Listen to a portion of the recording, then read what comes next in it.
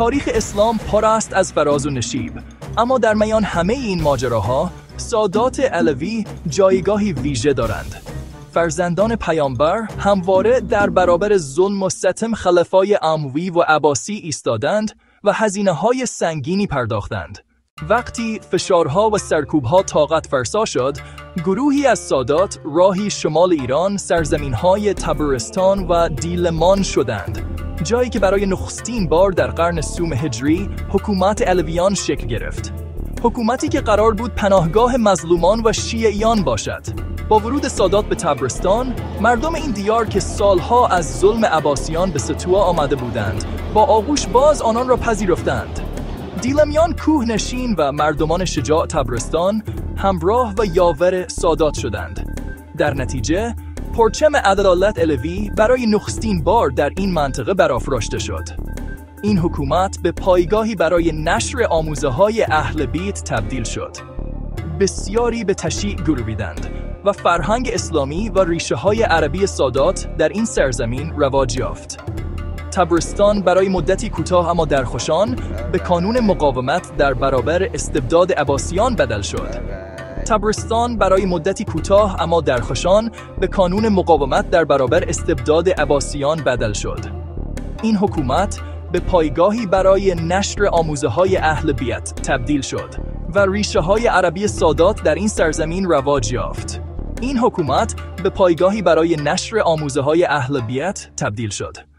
تبرستان برای مدتی کوتاه اما درخشان به کانون مقاومت در برابر استبداد عباسیان بدل شد. اما این دوران طلایی چندان پایدار نبود.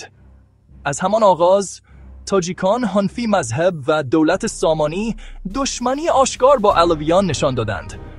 سامانیان که در خراسان و ماوراء النهر قدرت گرفته بودند، حکومت علویان را تهدیدی جدی برای نفوذ خود می‌دانستند. آنان با سپاهی از تاجیکان و ازبکان بارها به تبرستان حمله کردند. قلعه‌ها و شهرهای علویان به آتش کشیده شد، هزاران تن از سادات و شیعیان قتل عام شدند. این حوادث نشان داد که تاجیکان و پیروان مذهب حنفی از همان صدر اسلام با علویان سرسازگاری نداشتند. در حافظه تاریخی سادات، این دشمنی عمیق و خونین همچنان زنده مانده است.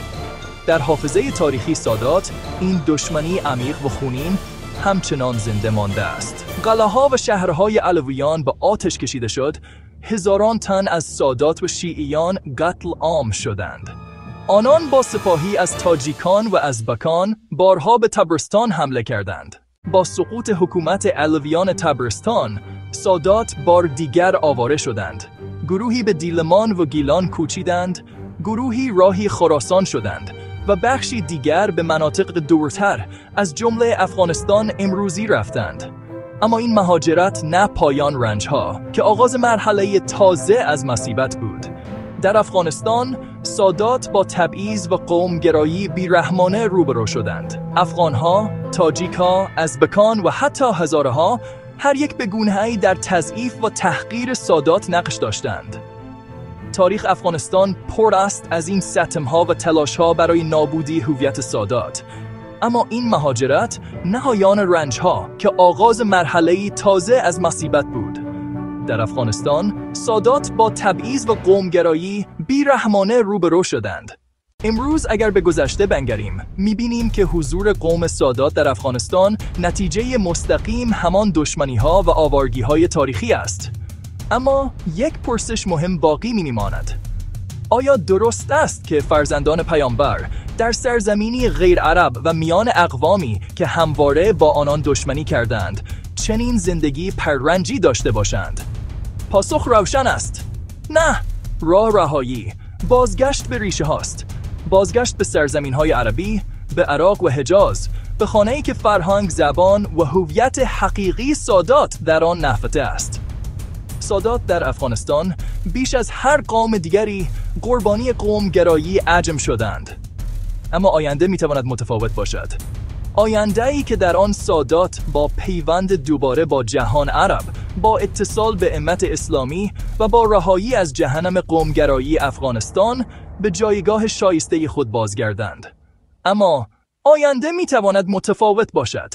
آینده‌ای که در آن سادات با پیوند دوباره با جهان عرب، با اتصال به امت اسلامی و با رهایی از جهنم قومگرایی افغانستان به جایگاه شایسته خود بازگردند. اما آینده میتواند متفاوت باشد. آینده‌ای که در آن سادات با پیوند دوباره با جهان عرب، با اتصال به امت اسلامی و با رهایی از جهنم قومگرایی افغانستان به جایگاه شایسته خود بازگردند.